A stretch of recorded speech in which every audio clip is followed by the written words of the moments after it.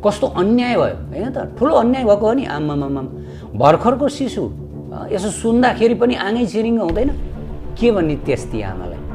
शास्त्रमा के बताएको छ, यो सत्य घटना हो, कृपया ध्यान दिएर सुन्नु होला। यो घटना कहाँ घट्यो र यो घटनापछि के भयो म तपाईहरुलाई बताउन जाँदैछु। उत्कृष्ट आध्यात्मिक जानकारीहरूका लागि नेपालकै पहिलो शुद्ध आध्यात्मिक च्यानल टिभी लजिकल कृष्णलाई सब्स्क्राइब गर्न नभुल्नुहोला र हरेक अपडेट्सका लागि यो बेल आइकन पनि दबाइदिनु होला। अब त्यस्ती आमालाई के भन्ने जसले रातको समयमा स्तनपान गराउँदै गरेकी आफ्नो भर्खरको नवजात शिशुलाई ओछ्यानमा चटक्क छोडेर भक्ति भजन सत्सङ्गको नाममा परपुरुषसँग जान्छन् भनेदेखि के भन्ने त्यस्ती आमालाई। शास्त्रमा के बताएको छ, यो सत्य घटना हो, कृपया ध्यान दिएर सुन्नु होला। यो घटना कहाँ घट्यो र यो घटनापछि के भयो म तपाईहरुलाई बताउन जाँदैछु। भक्ति भजनको नाममा सत्सङ्गको नाममा स्तनपान गराउँदै गरेकी आफ्नो भर्खरको बालक बच्चो त्यो पनि पति पनि हुनुहुन्छ, नभए होइन, पति पनि हुनुहुन्छ, परिवार पनि छन्, सासू ससुरा पनि छन्, सबैजना छन्, तर पनि चटक्क छोडेर परपुरुषसँग प्रेम गर्न जाने यो कस्तो किसिमको भक्ति भजन सत्सङ्ग हो त। प्रिय भक्त भागवत, यो घटना, यो कथा टाढाको कथा होइन, यो कथा श्रीमद् भागवतको कथा हो र यो कथा श्रीधाम वृन्दावनको कथा हो। रास पञ्चाध्यायमा यो कथा आउँदछ कि जब परिपूर्णतम श्रीकृष्णले नजिकैको वनबाट मिठो आवाजमा बाँसुरी बजाउनु भयो। त्यो बाँसुरीको आवाज सुनेर ती ब्रजका गोपिनीहरू यति मन्त्रमुग्ध हुनुभयो, यति कृष्ण प्रेममा पागल हुनुभयो कि ती सम्पूर्ण ब्रजगोपीहरूले के गर्नुभयो थाहा छ। ती ब्रजगोपीले आफूले स्तनपान गराउँदै गरेका भर्खरका नवजात शिशुलाई ओछ्यानमै छोडेर अनि आफ्नो पतिको सेवालाई त्यागिदिएर अनि आफ्ना सासू ससुराको सेवालाई पनि त्यागिदिएर अनि समाजको मर्यादालाई पनि उल्लङ्घन गरेर अनुशासनलाई पनि मिचेर ती ब्रजगोपीहरू कहाँ जानुभयो? रात्रिको समयमा मध्यरातमा नजिकैको जङ्गलमा जानुभयो, जहाँ श्रीकृष्णले बाँसुरी टिरिरी बजाइरहनु भएको थियो। अब यो कथा सुनेर, यो घटना सुनेर कतिपय आदर्शवादी, कतिपय नैतिकवादी व्यक्तिहरूले त प्रश्न चिन्ह लगाउन सक्नु होला, है यस्तो पनि हुन्छ, यस्तो पनि काहीँ धर्म, यस्तो पनि काहीँ भक्ति हो, यस्तो यस्तो कुरा यो भागवत न भनेर उहाँहरूले प्रश्न चिन्ह लगाउन सक्नु होला, नाक खुम्च्याउन सक्नु होला। तर प्रिय भक्त भागवत, गोपिनीहरूको यो कदमलाई महान वैदिक विद्वान, महान ऋषि सन्त, महान आचार्य, महान भक्ति पथका विद्वानहरूले प्रशंसा गर्नुभएको छ, नमस्कार गर्नुभएको छ। कल्याणकारी मार्गका यस्ता विशिष्ट व्यक्तित्वहरूले, गोपिनीहरूले गर्नुभएको त्यो जुन कार्य छ, उहाँहरूको कदम छ, हो त्यो कदमको महिमा गान गर्नुभएको छ। ओहो, हामी पनि त्यस्तै गर्न चाहन्छौँ। ल हेर्नुहोस्, भौतिक दृष्टिले हामीले कहिले पनि भागवतको निष्कर्षलाई बुझ्न सक्दैनौँ। भौतिक दृष्टिले हेर्ने हो भने त गोपिनीहरूद्वारा कस्तो अन्याय भयो हैन त, ठुलो अन्याय भएको हो नि। आमामामा भर्खरको शिशु यसो सुन्दाखेरि पनि आँगै छिरिङ्ग हुँदैन। स्तनपान गराउँदै गरेको भर्खरको शिशु, त्यस्तै 1 वर्ष, कसैको 1 वर्ष, कसैको 6 महिना, कसैको 2 वर्ष, भर्खरका शिशुहरूलाई ती लालाबालालाई छोडेर कठोर भएर, हेर्दाखेरि त कस्तो कठोर भएको जस्तो लाग्छ नि हैन। आमामामा कस्तो कठोर भएको, छोडेर अनि त्यसमा पनि ती सबै विवाहित, घरमा श्रीमानका साथमा आफ्नो बिछौनामा बसिरहेका, अनि त्यसमा पनि धार्मिक सासू ससुरा, अनि त्यसमा पनि गुरुजनको आदेश, सबै कुरालाई उल्लङ्घन गरेर, सम्पूर्ण कुरालाई त्यागेर दौडिएर श्रीकृष्णसँग मध्यरातमा भेट्न जाने। भौतिक दृष्टिले हेर्दाखेरि त यो त एकदमै अधर्म जस्तो छ नि हैन। धर्मभन्दा पनि यो त अधर्म हो। एकजना महिला हुनुहुन्थ्यो, मैले कथा गरिरहेको थिएँ यही विषयमा, भागवत कथा। त जब यो प्रसङ्ग उहाँले सुन्नुभयो, भक्तहरूले त सुनिरहनु भएको थियो, तर उहाँलाई यो कुरा मन परेन, यो प्रसङ्ग। उहाँले तुरुन्त हात उठाएर भन्नुभयो, यो कसरी धर्म भयो त गुरुजी? यो कसरी धर्म भयो त? यो त अन्याय भयो नि। यस्तो अन्यायको कुरो रहेछ भागवतमा, यो त अन्याय। त प्रिय महानुभाव, जड बुद्धिले जड चेतनाले यो कदापि बुझ्न सकिँदैन। यसको लागि भगवत रसको पान गर्नुपर्दछ, आफू पनि राधाकृष्णको भक्त बन्नुपर्दछ, समर्पित भक्त बन्नुपर्दछ र गोपिनीहरूकै चरण धुली हामीले प्राप्त गर्नुपर्दछ। गोपिनीहरूको कृपा बिना कदापि हामीहरूले यो अद्भुत लीला बुझ्न सक्दैनौँ। त महान वैदिक विद्वान जो उद्धवजी हुनुहुन्थ्यो त्यस समयमा, उद्धवजी यस पृथ्वी लोकको कुनै युनिभर्सिटीमा पढेर आउनुभएको होइन। उहाँ देवताहरूको युनिभर्सिटीमा पढेर आउनुभएको र देवगुरु बृहस्पतिका सबभन्दा प्रिय शिष्य, कलेज टपर, युनिभर्सिटी टपर भनौँ। उहाँले सम्पूर्ण वेद वेदाङ्गमा 100मा 100 ल्याउनु भएको उद्धवजी। उद्धवजी भन्दा सम्भवतः वैदिक शास्त्रका, वैदिक क्षेत्रका महान विद्वान आजसम्म कोही पनि जन्मिनु भएको छैन। त्यति महान विद्वान ती उद्धवजीले पनि जब श्रीकृष्णको सन्देशवाहक भएर वृन्दावन धाममा आउनुभयो, उहाँले गोपिनीहरूको भक्तिको र समर्पणको प्रशंसा गर्दै भन्नुभएको छ। के हो थाहा छ? श्रीमद् भागवतम 10.47.61 मा उद्धवजीको गोपिनीहरूको चरणमा वन्दना छ। सर्वश्रेष्ठ वैदिक विद्वानले गोपिनीहरूद्वारा आफ्ना दुधाले शिशुहरूलाई त्याग गरिएको उपलक्ष्यमा उहाँहरूको चरणमा स्तुति प्रार्थना गर्दै भनियो, असाम अहो चरण रेणु जुसाम अहम श्याम वृन्दावने किमपि गुल्मलतौषधिनाम या दुस्तेजम सोजनम आर्यपथम चहित्वा भेजुर्मुकुन्द पदवीं श्रुति वीरविमृग्याम। अब के भन्न सकिन्छ? देवगुरु बृहस्पतिका यी प्यारा शिष्य उद्धवजीले गोपिनीहरूको चरणमा परेर, विशेष गरी राधा रानीको चरणमा परेर प्रार्थना गर्नुभयो कि म राधा रानी लगायत यी ब्रजका गोपिनीहरूको चरणधुली आफ्नो शिरमा छर्किन चाहन्छु। किन? किनकि यदि उहाँहरूको कृपा भयो भने म पनि वृन्दावन धाममा गुल्म लतौषधी अर्थात् तरु लता भएर जन्मन सक्दछु। किनकि जुन कुरो त्याग्नै नसकिने थियो, आर्यपथ, स्वजनपद, घर गृहस्थीको धर्म, पति धर्म, पुत्र धर्म, यो त्याग्नै नसकिने धर्म, वैदिक धर्म, आफ्नो पतिको निष्ठावान सेविका भएर बस्नु यो वेदले दिएको आदेश हो नि। तर गोपिनीहरूले के गर्नुभयो? यो सम्पूर्ण धर्मलाई पनि परित्याग गरेर श्रीकृष्णलाई प्राप्त गर्नको लागि भनेर निर्जन जङ्गलमा जानुभयो। भेजुर मुकुन्द पदवीं श्रुति वीरवी मृग्याम, श्रुतिहरूले पनि जसको चरण वन्दना गर्नुभएको छ उनै श्रीकृष्णलाई प्राप्त गर्नको लागि भनेर दौडनु भयो।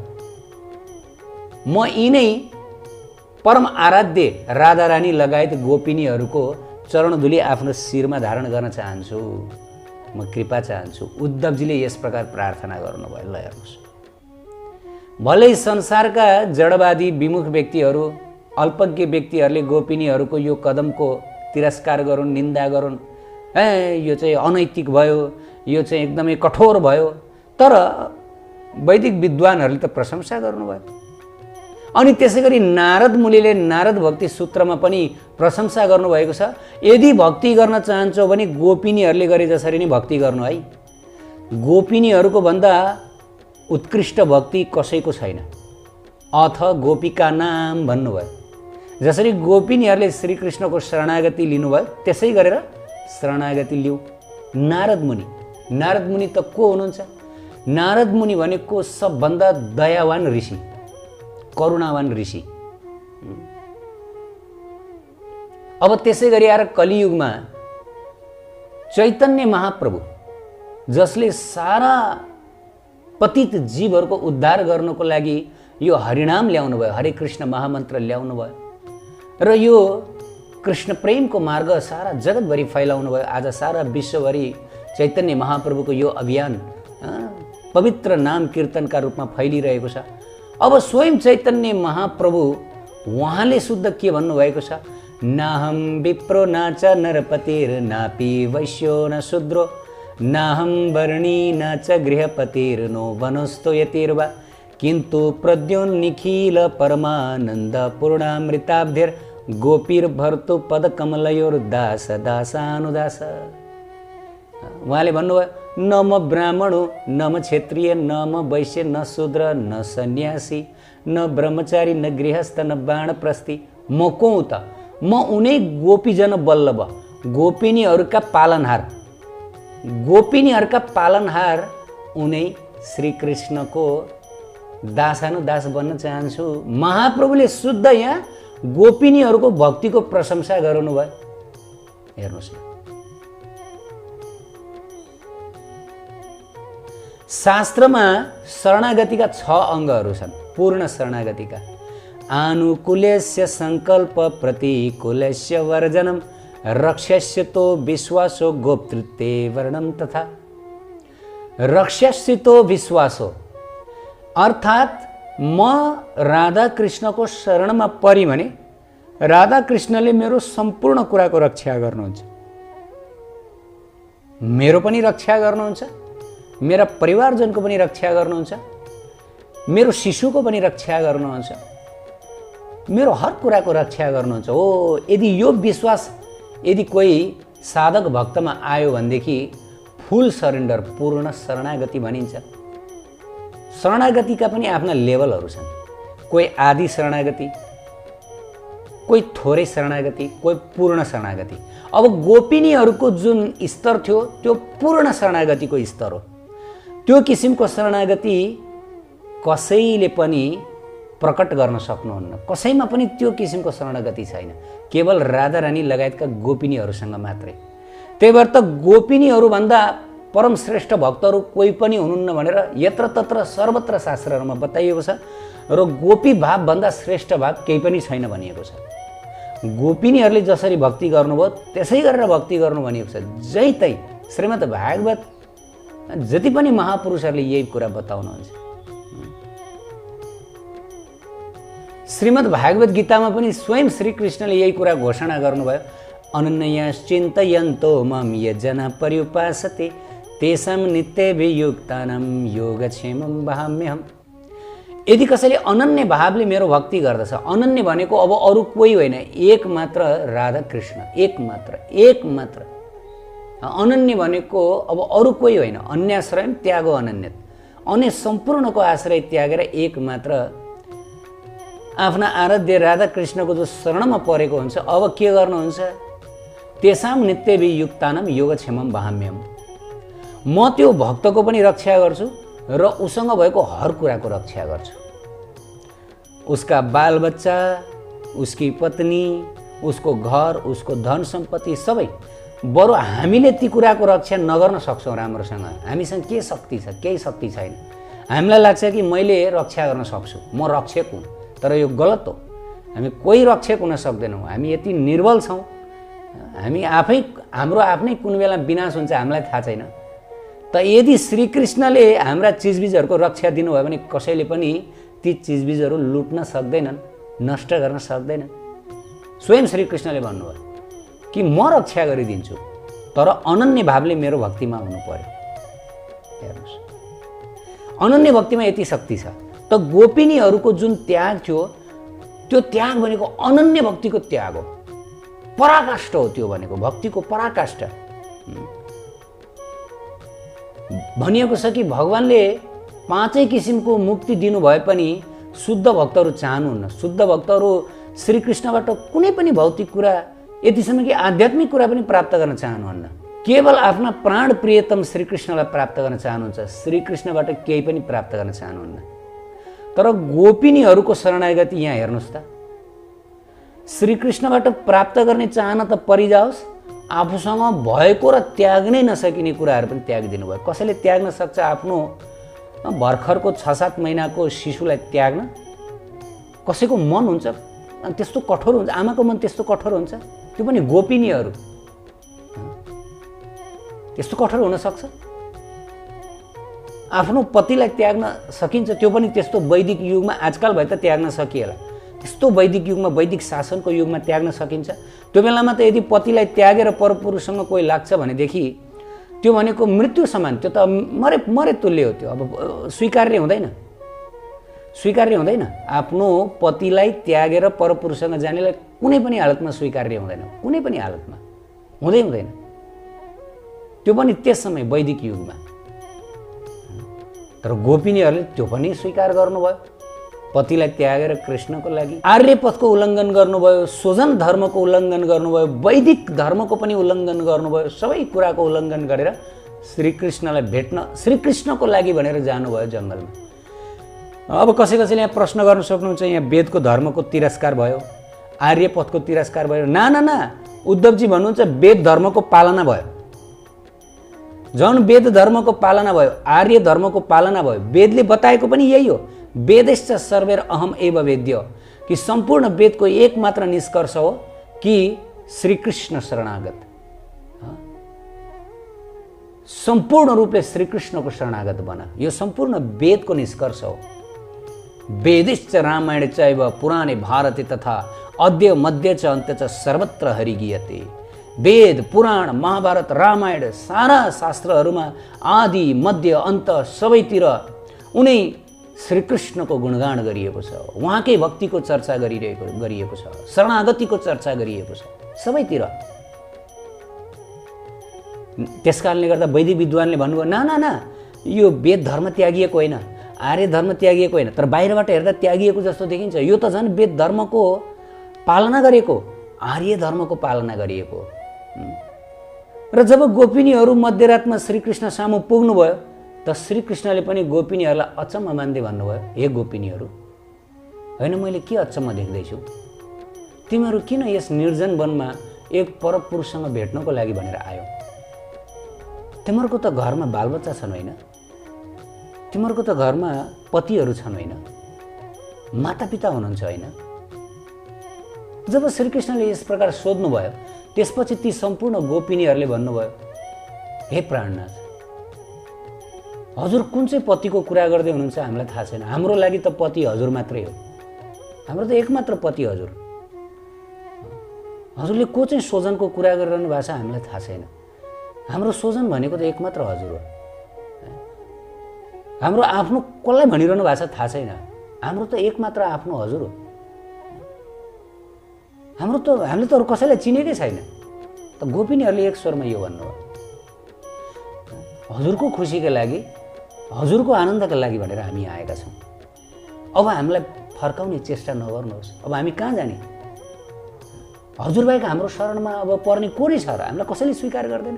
कसले स्वीकार गर्छ? कसैले स्वीकार गर्छ?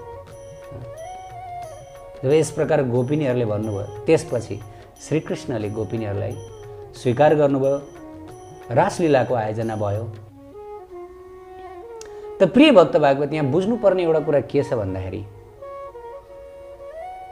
वास्तवमा जति पनि जीवहरू छन् सम्पूर्ण जीवहरू श्रीकृष्णकै हुन्। मायाको फन्दामा परेको कारणले गर्दा यी जीवहरूले म संसारको हुँ, म यसको हुँ, म उसको हुँ भनेर चाहिँ संसारमा भड्किरहेका छन्। बस जन्म जन्मसम्म विभिन्न नयाँ नयाँ परिचय बनाएर, नयाँ नयाँ सम्बन्ध बनाएर प्रत्येक जन्ममा एउटा एउटा नयाँ नयाँ सम्बन्ध बन्छ र कहिले पनि यसले जीवलाई वास्तविक आनन्द, वास्तविक सुख प्रदान गर्दैन। वास्तविक सुख जीवको त्यहाँ हुन्छ जब ऊ कृष्ण सुखको लागि भनेर समर्पित हुन्छ। त्यस कारणले गर्दा गोपिनीहरूद्वारा जुन आदर्शको स्थापना भयो त्यो आदर्श हामी सबले पालना गर्नुपर्दछ। त के अब यसको मतलब हामीले पनि आफ्नो घरबार बालबच्चा सब छोडेर हिँड्ने? शास्त्रमा यतिसम्म बताइएको छ, स्वयं भागवतजीमा बताइएको छ, यदि तपाईँ 100% जसरी गोपिनीहरू शरणागत हुनुभयो त्यसै गरेर शरणागत हुन सक्नुहुन्छ, अब अलिकति पनि तपाईँ श्रीकृष्ण बाहेक अरू कुराको चिन्तनै गर्न सक्नुहुन्न भनेदेखि तपाईँले सर्वथोक त्यागेर श्रीकृष्णको आश्रय लिन सक्नुहुन्छ, त्यसमा दोष छैन भनिएको छ। सर्वथोक त्यागेर तपाईँसँग हर कुरा छ त्यो सम्पूर्ण कुरा त्यागेर। तर यदि त्यस्तो 100%, 79%ले पनि पुग्दैन, 100% तपाईँको शरणागति तपाईको जीवनमा अब श्रीकृष्ण श्रीकृष्ण श्रीकृष्ण श्रीकृष्ण बाहेक अब तपाईँको जीवनमा अरू केही छैन भनेदेखि तपाईँले यी सम्पूर्ण वेद धर्म, यी सम्पूर्ण समाज धर्म, परिवार धर्म, पुत्र धर्म, पति धर्म, यो सम्पूर्ण कुरा त्याग्न सक्नुहुन्छ। यसमा दोष छैन, दोष छैन, यो शास्त्रमा बताइएको छ। तर यदि तपाईँले 100% कृष्णमा शरणागति प्रकट गर्न सक्नु भएन भनेदेखि निश्चित रूपले तपाईँले त्याग्न सक्नुहुन्न र त्याग्न पनि मिल्दैन। तपाईँले आफ्नो यथायोग्य कर्तव्य पनि पालना गर्नुपर्छ र साथसाथै भक्ति पनि गर्नुपर्छ। त गोपिनीहरूको चरणधुली हामीहरूले सधैँभरि कामना गर्नुपर्दछ कि यस्तै शरणागति यस्तै समर्पण हामीलाई अहिले नआए पनि जीवनको कुनै न कुनै क्षणमा आओस्।